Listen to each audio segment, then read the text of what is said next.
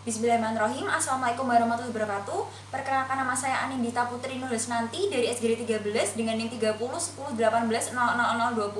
Fakultas Kedokteran Prodi Kedokteran Umum Angkatan 2018. Di video saya kali ini saya akan mempraktekkan tentang pemeriksaan ginjal, kemudian pemeriksaan urogenitalia eksterna yaitu terdiri dari penis, skrotum, hidrokel, dan juga pemeriksaan hernia skrotalis. Warahmatullahi wabarakatuh. Waalaikumsalam. Perkenalkan, nama saya Dr. Gita. Ini dengan Bapak siapa? Bapak Doni. Baik, Bapak Doni. Pak, hari ini saya akan melakukan beberapa pemeriksaan pada Bapak yang terdiri dari pemeriksaan ginjal, kemudian pemeriksaan urogenital eksterna yang terdiri dari skrotum, penis, kemudian pemeriksaan hidrokel dan hernia skrotalis. Apakah Bapak bersedia? Ya. Baik, jika Bapak bersedia, silakan Bapak menempatkan diri di kasur pemeriksaan. Saya akan mencuci tangan terlebih dahulu. Cuci tangan sesuai dengan WHO.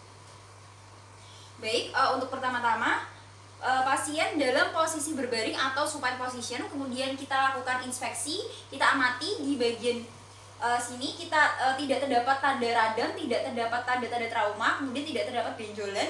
Kemudian kita lakukan palpasi, yaitu palpasi bimanual, yang dimana tangan kiri saya berada di costovertebra, sedangkan tangan kanan saya berada di dinding perut atas seperti ini. Kemudian kita minta pasien untuk melakukan inspirasi dan ekspirasi. Silakan Bapak untuk menarik nafas. Baik, kemudian kita tekan, kemudian silakan dihembuskan, Pak.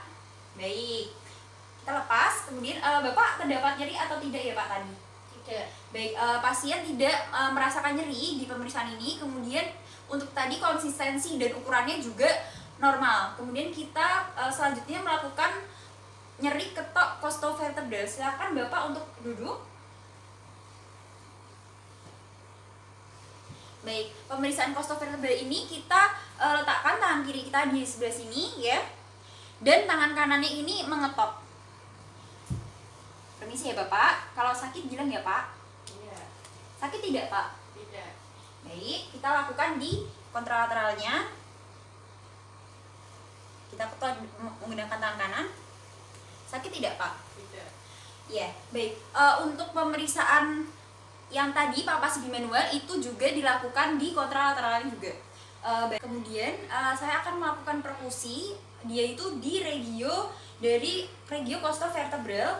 Jadi untuk pada kasus trauma ginjal kita tentukan progresivitas dari suara pekaknya di dinding lateral abdomen. Sedangkan untuk kasus perdarahan ginjal, untuk kasus perdarahan intraperitoneal maupun retroperitoneal, jadi untuk perdarahan yang retroperitoneal itu suara pekak tidak berpindah walaupun ada perubahan posisi. Kemudian untuk perdarahan intraperitoneal suara pekak akan berubah atau akan berpindah sesuai dengan perubahan posisi. Baik, kemudian saya akan melakukan auskultasi. Permisi ya Bapak.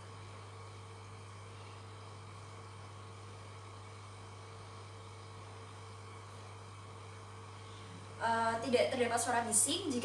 Jika didapatkan suara bising atau disebut juga dengan systolic bruit, itu bisa berarti adanya stenosis atau aneurisma dari arteri renalis. Untuk pemeriksaan ginjal telah selesai. Kemudian saya akan melakukan pemeriksaan pada genital eksterna pada laki-laki, yaitu pemeriksaan skrotum dan pemeriksaan penis. Kemudian saya juga akan melakukan pemeriksaan hidrokel dan hernia skrotalis.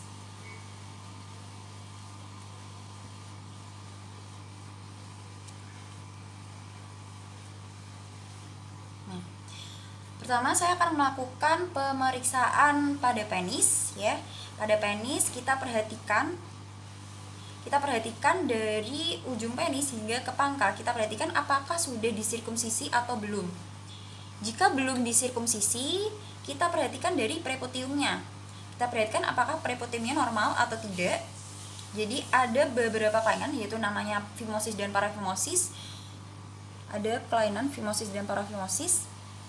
Untuk kelainan fimosis itu di mana preputiumnya itu tidak bisa ditarik ke belakang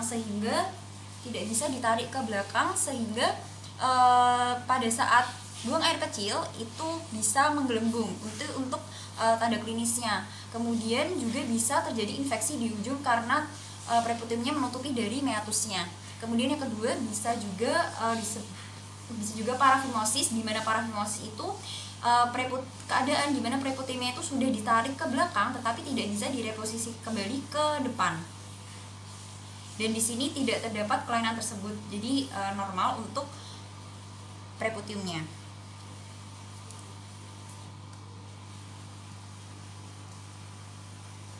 Kemudian jika sudah disirkumsisi, kita periksa di gland penisnya ya. Di sini tidak terdapat penyakit herpes ya yang dikarenakan virus herpes tipe 2 dan tidak terdapat radang gland penis atau disebut juga dengan balanitis. Kemudian kita lihat dari meatus uretra ya, dari meatus uretranya ini di sini tidak terdapat iritasi maupun peradangan. Kemudian untuk letak meatus ya, untuk letak meatus itu di sini normal ya karena berada di ujung. Untuk keadaan patologisnya bisa namanya epispadi dan hipospadi. Untuk yang epispadi itu kelainan di mana meatusnya ini berada di dorsal. Jadi ini kalau posisi anatomis kan seperti ini, jadi berada di dorsal di sebelah sini. Ini untuk epispadi. Kemudian untuk hipospadi itu di mana meatusnya ini berada di ventral di sebelah sini.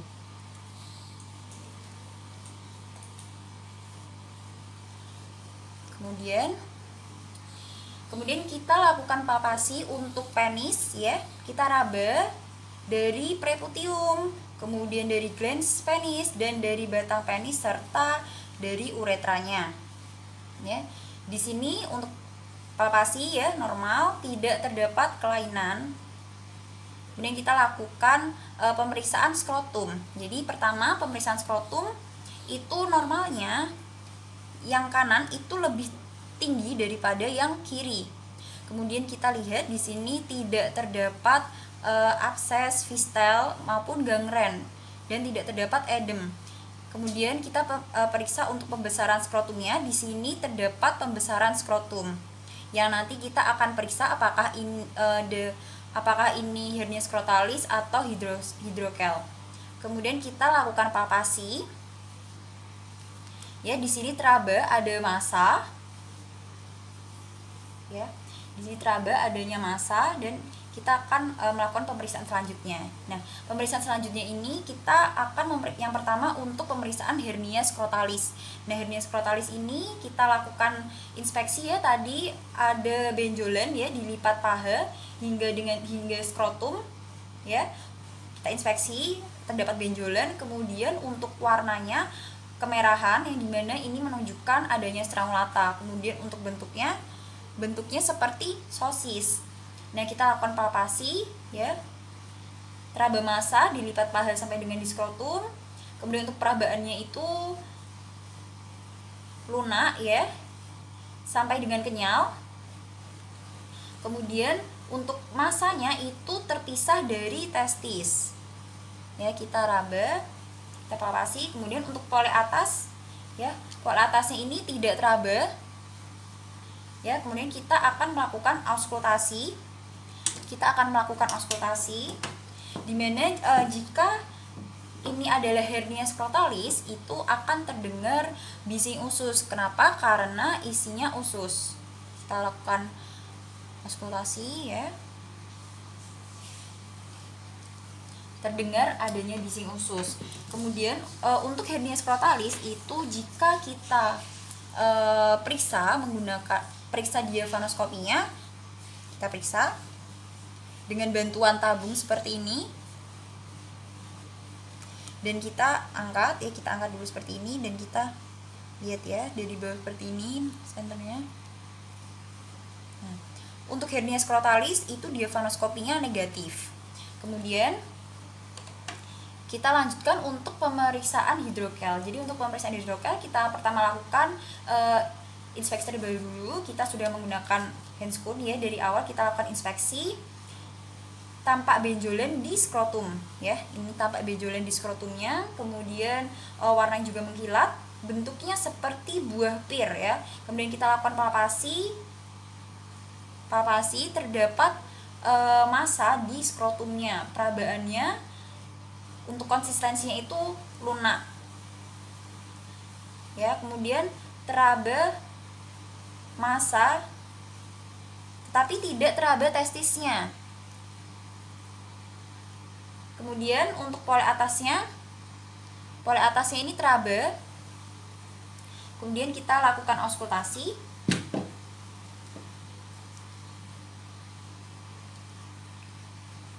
Pada hidrokel tidak terdengar bising usus. Kemudian kita lakukan diafanoskopi. Seperti ini. Diafanoskopinya positif.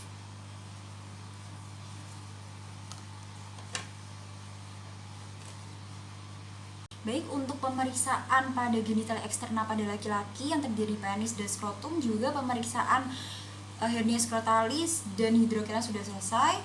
Silakan untuk menutup bajunya kembali. Saya akan mencuci tangan terlebih dahulu. Silakan. Cuci tangan sampai BAO. Baik, untuk pemeriksaan sudah selesai. Terima kasih atas kerjasama dan perhatiannya. Saya akhiri. Alhamdulillahirabbil alamin. Wassalamualaikum warahmatullahi wabarakatuh.